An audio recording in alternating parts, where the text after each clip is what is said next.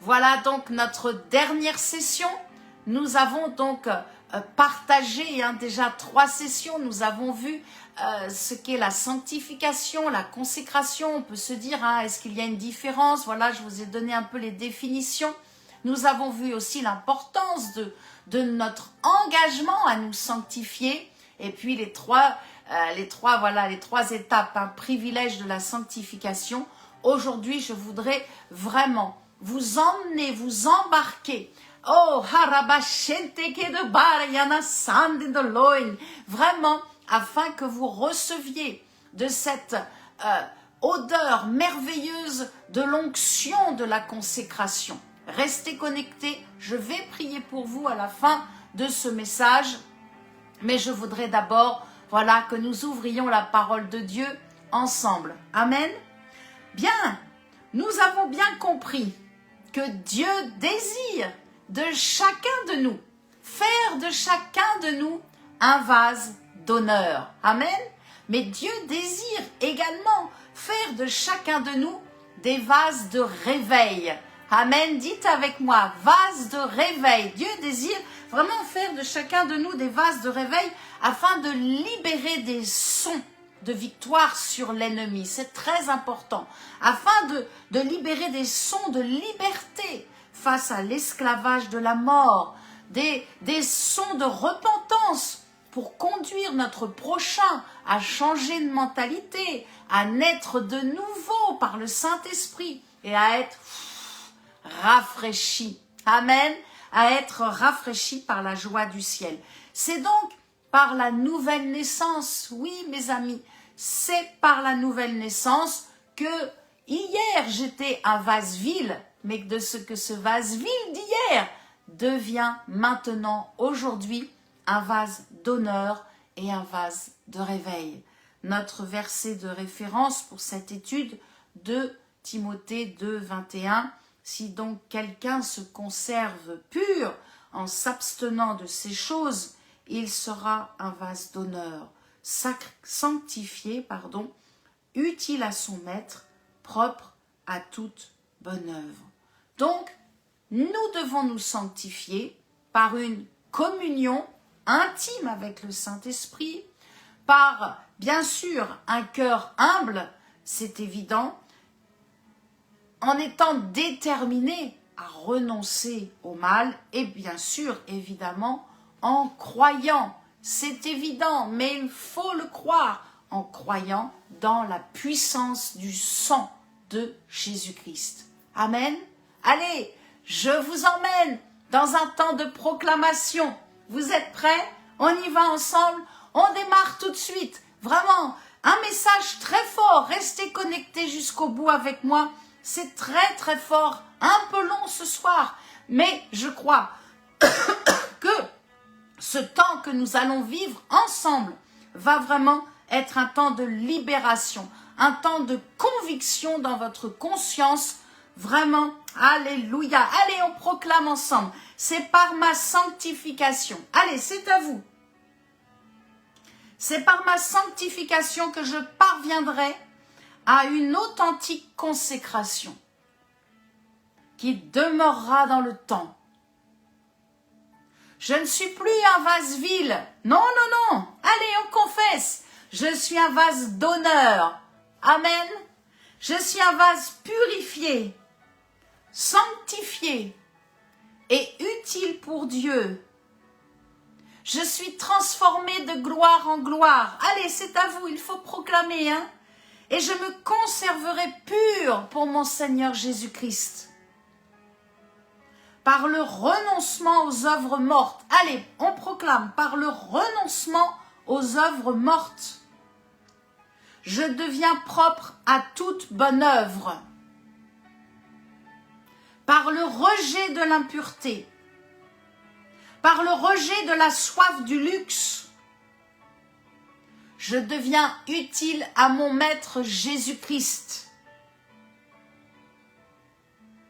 Par le refus du mal, allez, proclamez-le, par le refus du mal, par le refus du laisser-aller, je me sanctifie chaque jour et je deviens meilleur. Oui, j'accepte la mise à part. Allez, on le proclame. Oui, j'accepte la mise à part. Une vie consacrée au service de Jésus-Christ. Oui, j'accepte le feu purificateur du fondeur. Amen. Qui vient consumer, nettoyer toute trace de souillure en moi pour une vie sanctifiée et utile à Jésus-Christ. Amen. Amen. Amen. Waouh! Vous vous dites, mais qu'est-ce que j'ai proclamé? Une proclamation très puissante qui va transformer votre vie. Alors, concrètement, nous comprenons que la sanctification a un rôle essentiel qui va donc nous engager visiblement.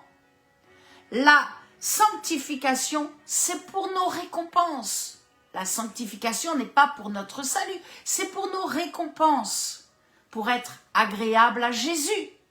Et cela va passer par le renoncement à soi-même. Oui, bien sûr, il y a des efforts à fournir, il y a un prix à payer. Le salut est gratuit, mais la sanctification va vous réclamer, bien sûr, des prix à payer.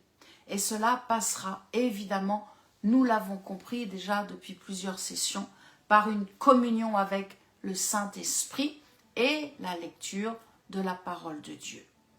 Apocalypse 22, 11, que celui qui est saint se sanctifie encore. C'est ce que nous sommes, n'est-ce pas? En Jésus-Christ, nous sommes saints.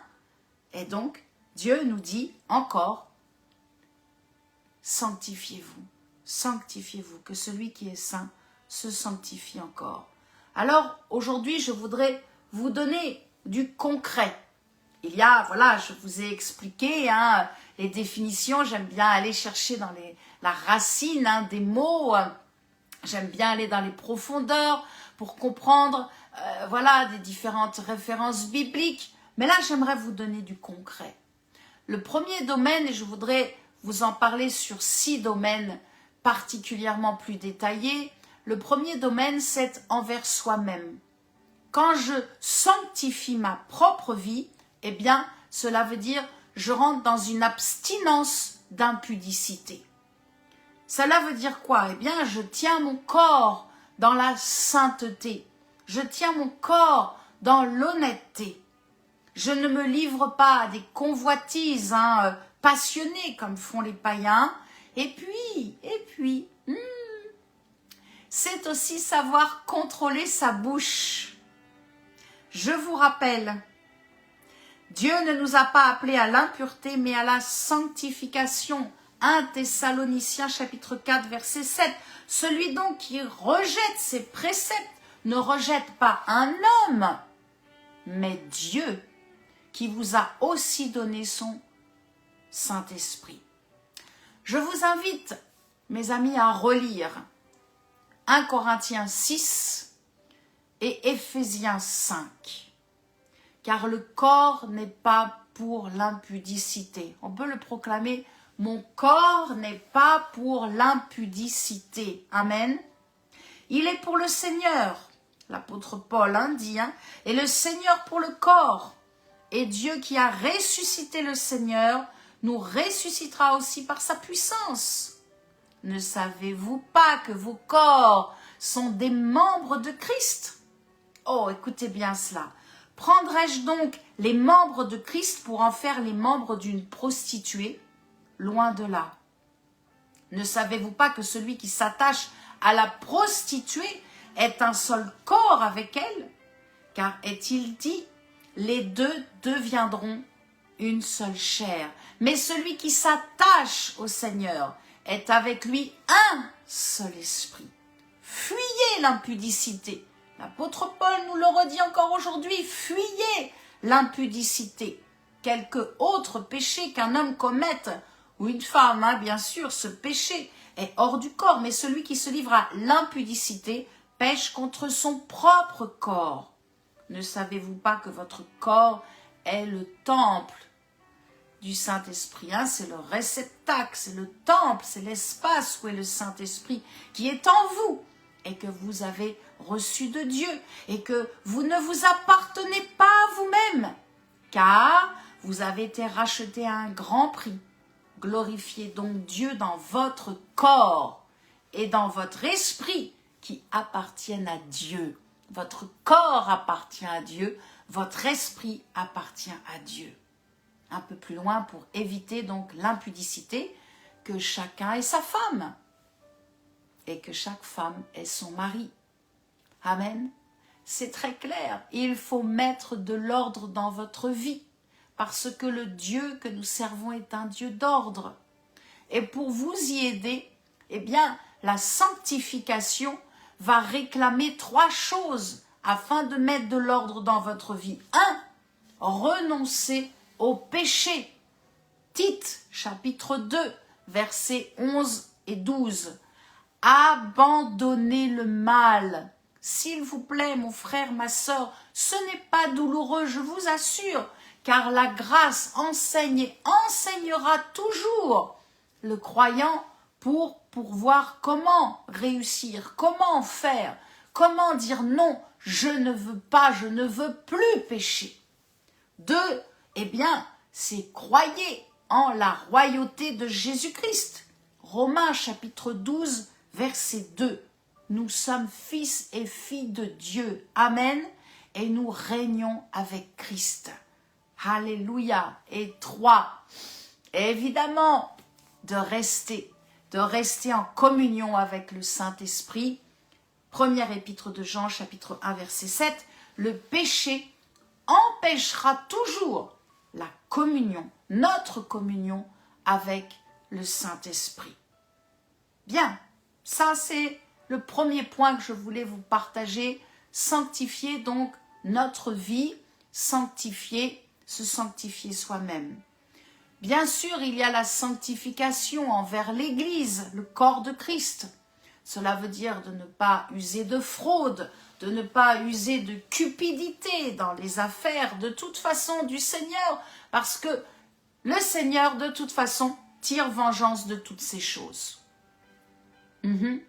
Amen. 3e domaine, envers les accusateurs. Vous avez sûrement des personnes qui vous accusent, que ce soit dans votre famille, dans votre travail. Il y a des accusateurs, laissez-les parler. Répondez-leur avec douceur, répondez avec respect, en toute bonne conscience et en persévérant à pratiquer le bien. C'est l'apôtre Pierre qui nous dit cela dans 1 Pierre, chapitre 3, versets 15 à 17. Peut-être que les accusateurs sont très proches de vous. Peut-être vous vivez au sein d'une famille très moqueuse, très médisante, très accusatrice. Eh bien, je vais vous donner une bonne nouvelle parce que je suis une évangéliste. Amen. Votre vie sanctifiée, eh bien, va sanctifier vos proches. Ah, ce n'est pas moi qui le dis, hein, c'est l'apôtre Paul. 1 Corinthiens, chapitre 7, verset 14. Le mari non croyant est sanctifié par la femme. Waouh! Et la femme non croyante est sanctifiée par le frère. Par le frère. Amen. Par le frère. Ce n'est pas ni son mari. Il a dit par le frère. Donc, celui qui est croyant, celui qui croit en Jésus-Christ, bien sûr, sanctifie son mari ou sa femme. Autrement, dit l'apôtre Paul, vos enfants seraient impurs, tandis que maintenant ils sont saints. Quelle belle nouvelle! Voilà que vous êtes marié avec un homme, bien sûr, ma sœur, avec un homme, et puis dans votre parcours, dans votre pèlerinage, vous avez rencontré Jésus-Christ, vous l'avez accepté comme votre sauveur, mais votre mari, pour l'instant, ne veut pas de la grâce, il refuse Jésus. Eh bien, c'est la bonne nouvelle d'aujourd'hui encore. Au XXIe siècle, votre vie qui est sanctifiée, sanctifie votre mari et sanctifie vos enfants, vos petits-enfants. Ça, je ne connais pas d'autre religion qui prêche ça. Je ne connais pas d'autre Dieu qui annonce cette merveilleuse nouvelle. Notre compagnie est une bénédiction et celui donc qui vit proche de nous est au profit de notre vie qui est sainte et qui est bénie. Alléluia. Oh, l'amour merveilleux. L'amour merveilleux, incommensurable. Merci Seigneur pour cette grâce que tu nous accordes, tellement encourageant. Allez, 5e domaine, je voulais vous parler par rapport à la nourriture. Sanctifier sa nourriture. Paul, l'apôtre Paul dira à son fils spirituel, à Tite, 1 Tite 4,5, tout est sanctifié par la prière. Alors, ne vous privez de rien, vous pouvez manger de tout. C'est l'éternelle question. Est-ce qu'un chrétien, est-ce qu'un croyant en Jésus-Christ peut manger du porc? Est-ce qu'il peut manger du cochon? Est-ce qu'il peut en manger ou il ne peut pas?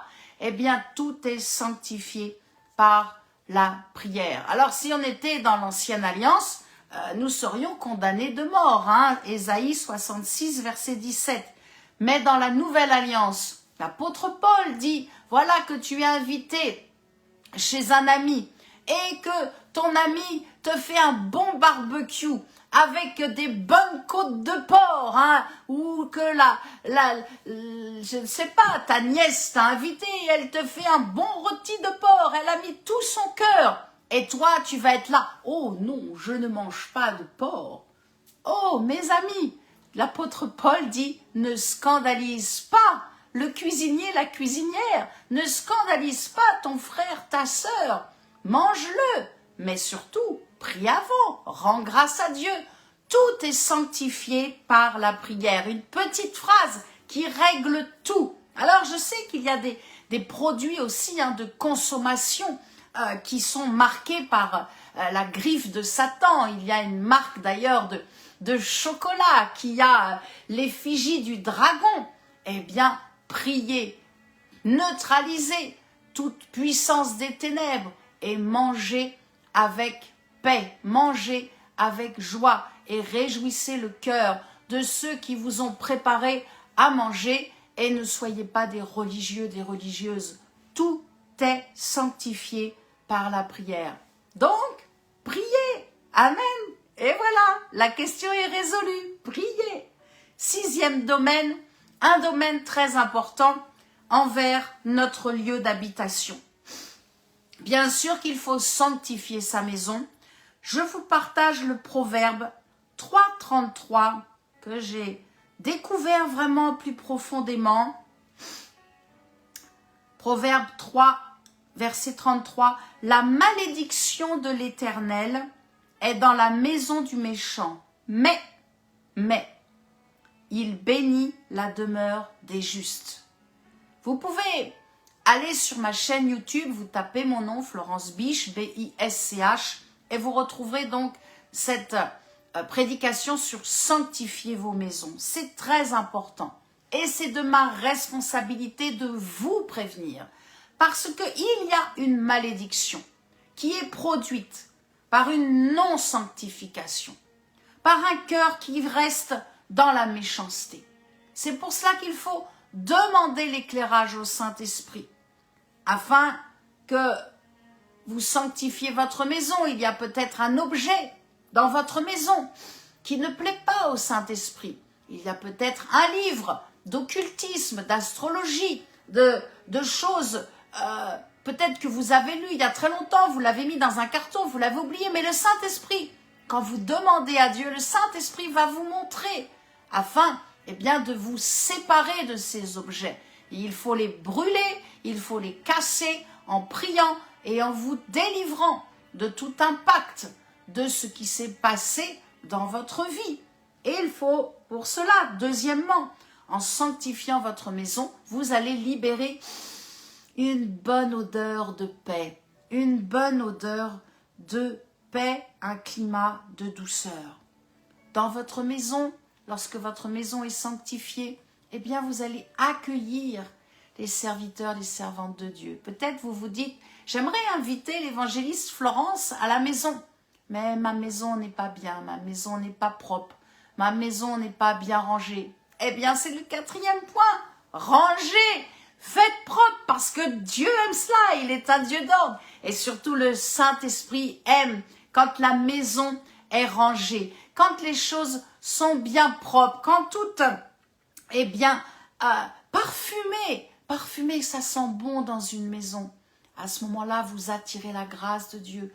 Vous attirez, bien sûr, la bénédiction, la protection sur votre maison. Amen. Très important, très important. Je suis allée à bonne école et j'ai été enseignée pour cela. Mais c'est à vous aussi de le faire chez vous et de sanctifier votre maison. Alléluia.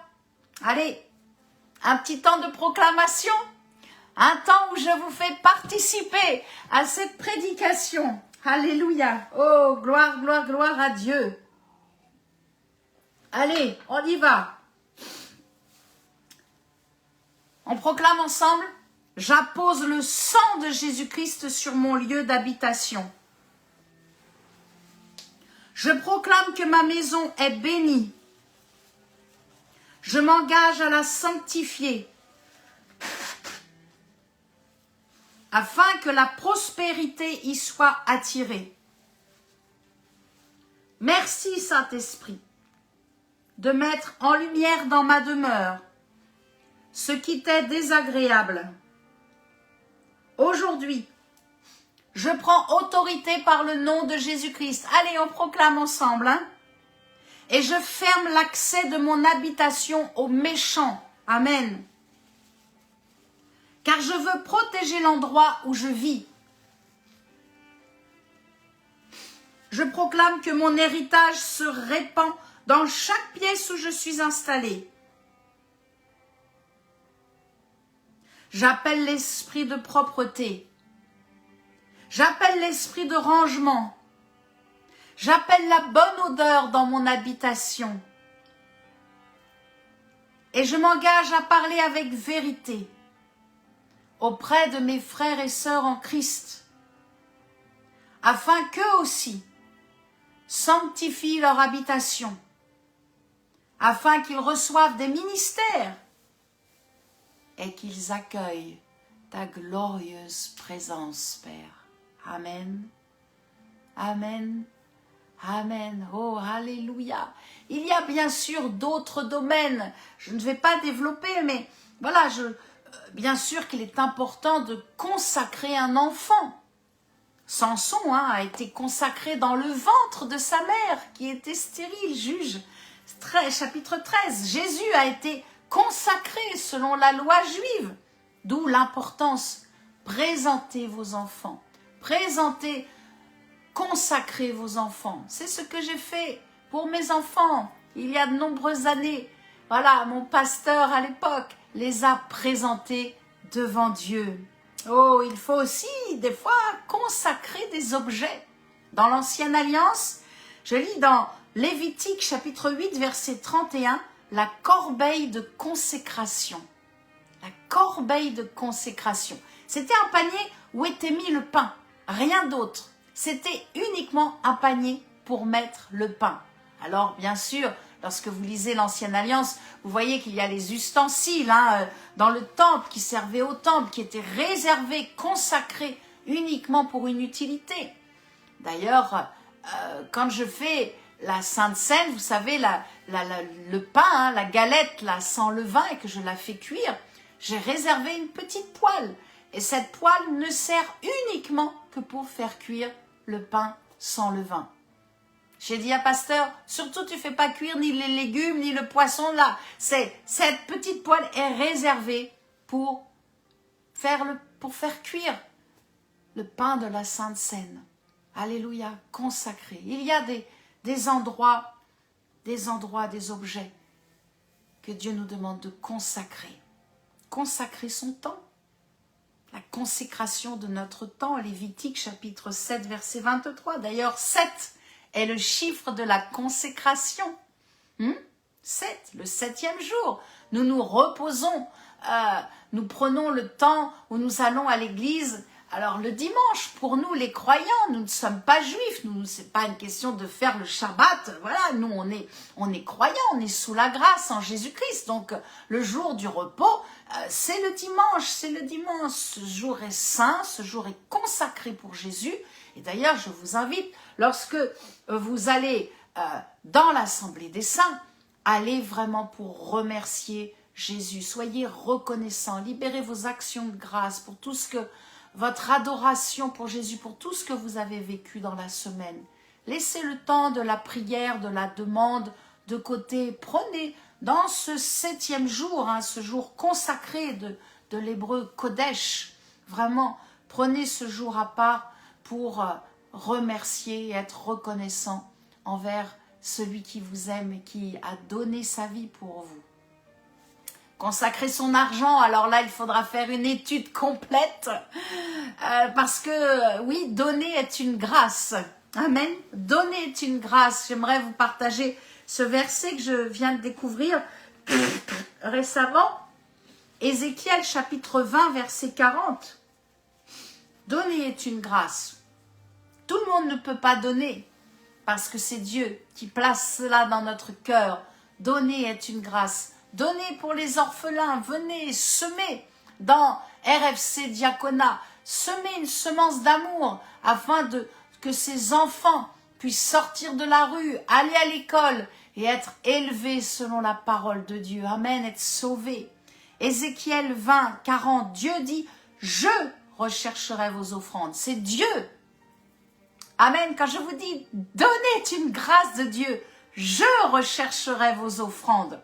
Les prémices de vos dons et tout ce que vous me consacrerez. Dieu recherche, il recherche nos offrandes. Consacrez des lieux, c'est important. Consacrez votre ville. Allez, voilà, quand il fait nuit, posez les mains sur la pancarte du nom de votre ville et priez pour votre ville parce que c'est une porte spirituelle. Luc, chapitre 9, verset 5.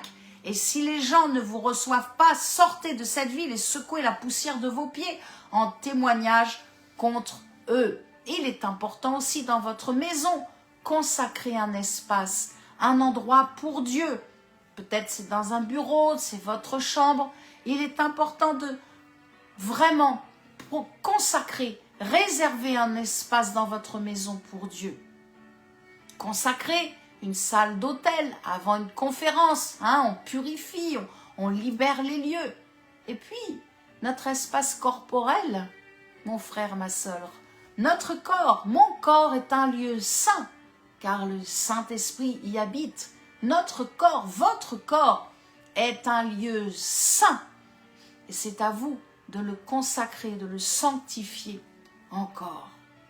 Alors, vous pourrez peut-être me poser cette question pour venir sur cette fin d'étude sur la sanctification. Oui, j'ai bien compris tout cela, mais quels sont finalement les buts de se sanctifier? Eh bien, il y en a deux. Il y a un but, c'est pour les autres, et un but, c'est pour nous-mêmes. Il y a un but, c'est pour les autres. C'est pour servir Dieu. On se sanctifie davantage pour les autres, pour des bonnes œuvres, pour des œuvres vivantes, des œuvres de foi, Éphésiens 2,10. Mais ça, ce n'est pas pour nous, c'est pour les autres. Je me sanctifie davantage. Et par ces œuvres, eh bien, c'est ça qui est extraordinaire. Par ces œuvres qui sont donc pour les autres, eh bien, je libère des récompenses sur ma vie. Waouh! Cette mise à part va donc honorer Dieu.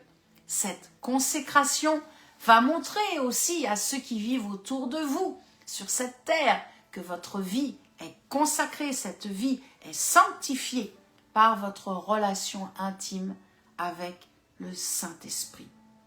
Et deuxièmement, le but de la sanctification est pour nous-mêmes.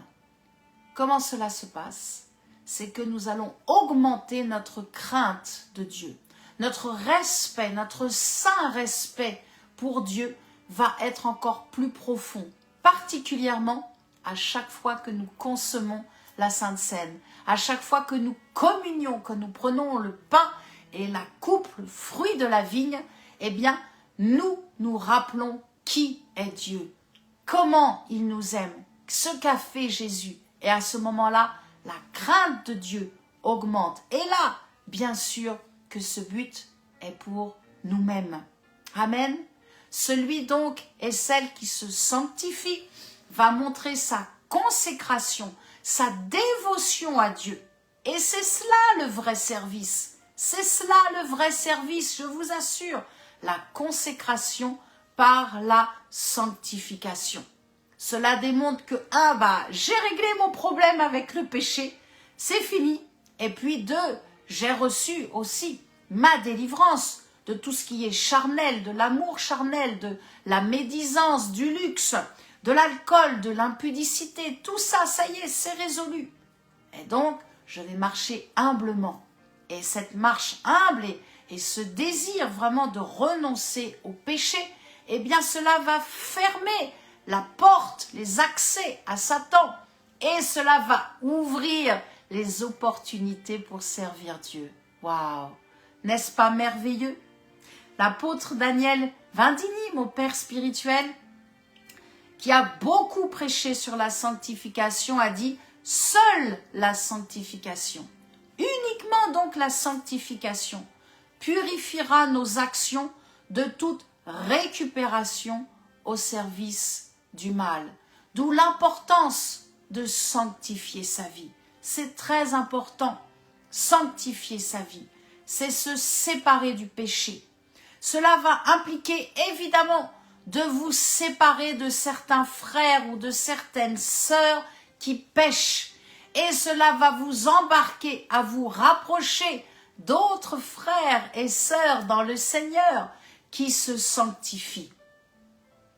Je vous invite vraiment à rechercher la compagnie des croyants, de ceux qui aiment Jésus de tout leur cœur et qui sont loin, et de vous éloigner des autres. Ce n'est pas moi qui le dis, c'est l'apôtre Paul. Et je crois que comme vous, j'ai un cœur ouvert et j'écoute et je lis ce que dit la parole de Dieu. Lisons ensemble 2 Timothée chapitre 3, du verset 1 à 17. Je me suis dit, est-ce que je dois lire la totalité? Mais je crois que c'est important de l'entendre, de le réentendre en ce temps que nous vivons. Deuxième épître, voilà, que Paul écrit donc une deuxième lettre à Timothée. Chapitre 3, au verset 1. Vous êtes prêts, toujours avec moi? Sache que dans les derniers jours, on y est, hein?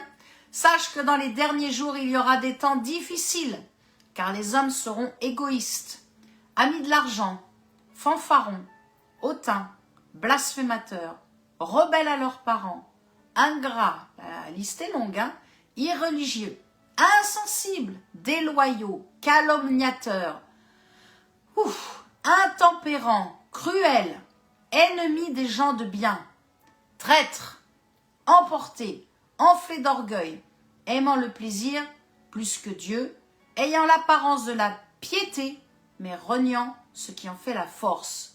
Et l'apôtre Paul dit à Timothée, Dieu, le Saint-Esprit, nous dit à nous encore aujourd'hui, éloigne-toi de ces hommes-là, des hommes et des femmes, bien sûr, éloignons-nous de ces gens-là.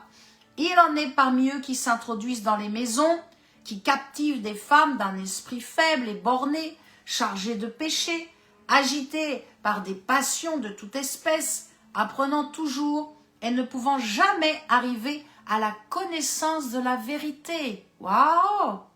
De même que Janès et Jambres s'opposèrent à Moïse, de même ces hommes s'opposent à la vérité, étant corrompus d'entendement, réprouvés en ce qui concerne la foi. Terrible, hein?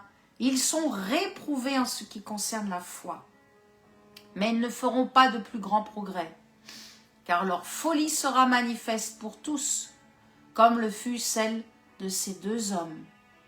Pour toi, tu as suivi de près mon enseignement, ma conduite, mes résolutions, ma foi, ma douceur, ma charité, ma constance, mais aussi mes persécutions, mes souffrances.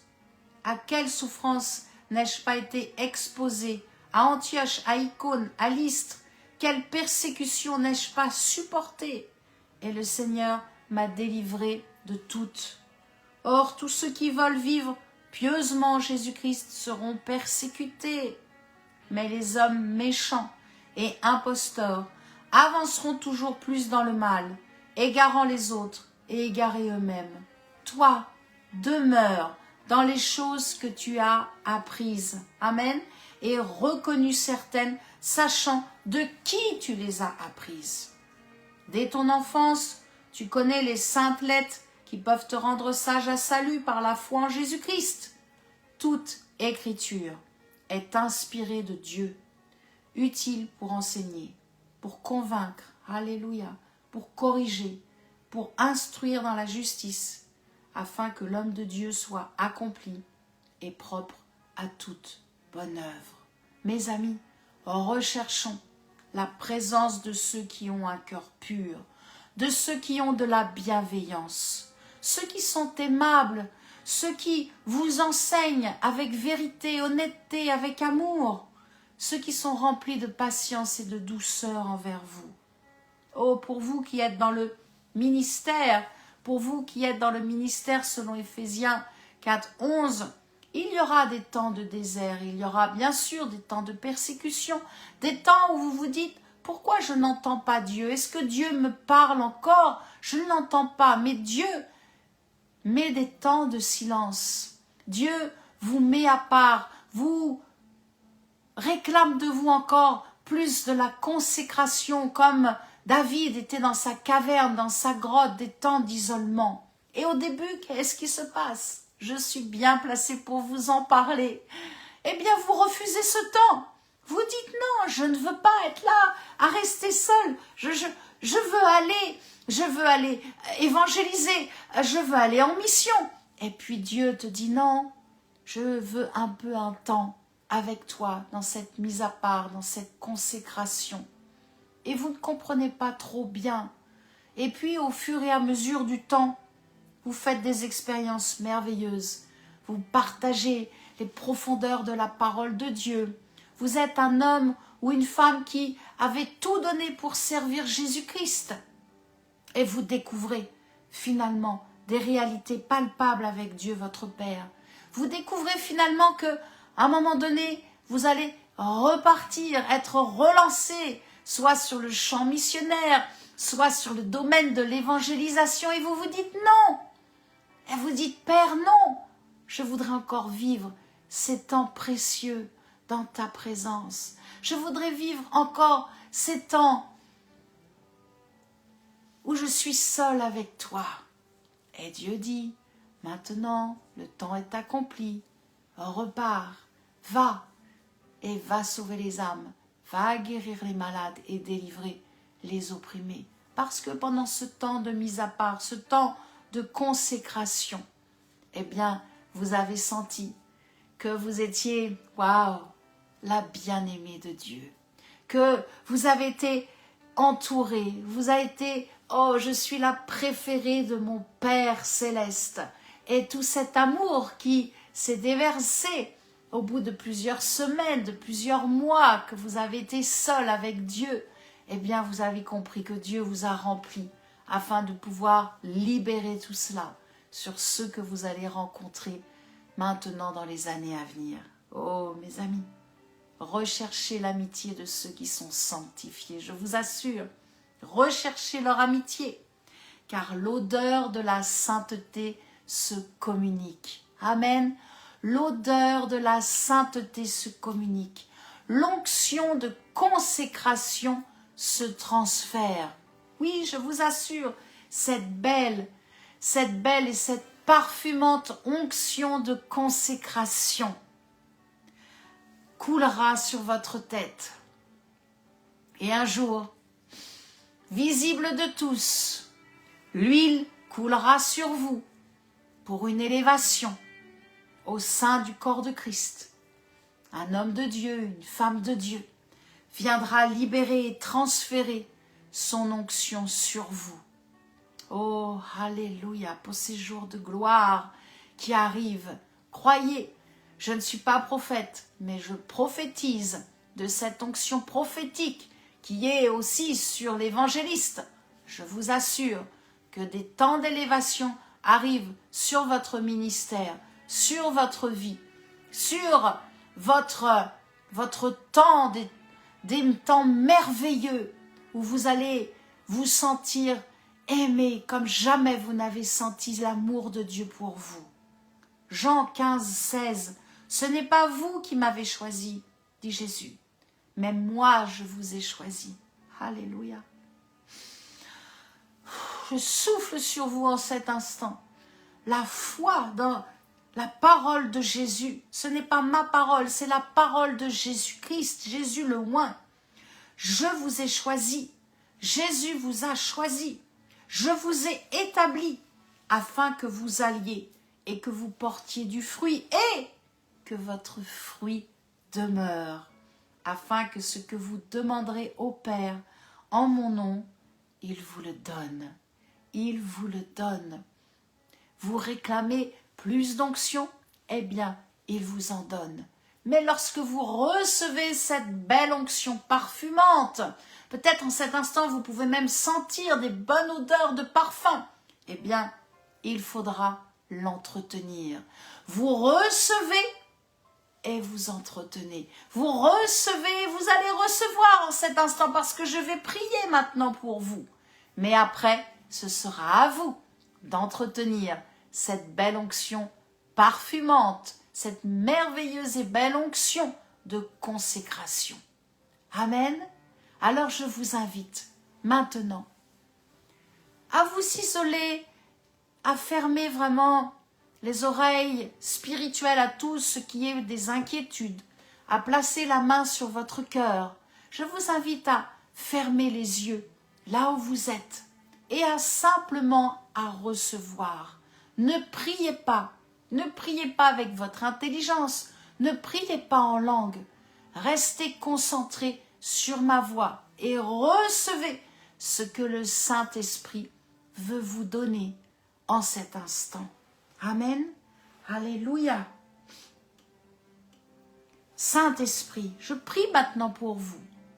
Saint-Esprit, merci de mettre en lumière le péché qui bloque l'avancement spirituel de mon frère ou de ma sœur en Christ.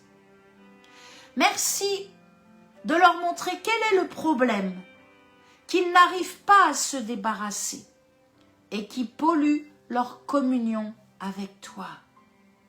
Saint-Esprit, montre-leur quel est le bouchon qui empêche de libérer cette puissance, ta puissance, Père, qui est placée en eux. Quelle est l'iniquité qui les enveloppe si facilement? Merci, Saint-Esprit, car tu es un esprit de lumière et je crois que tu es en train de leur révéler cela.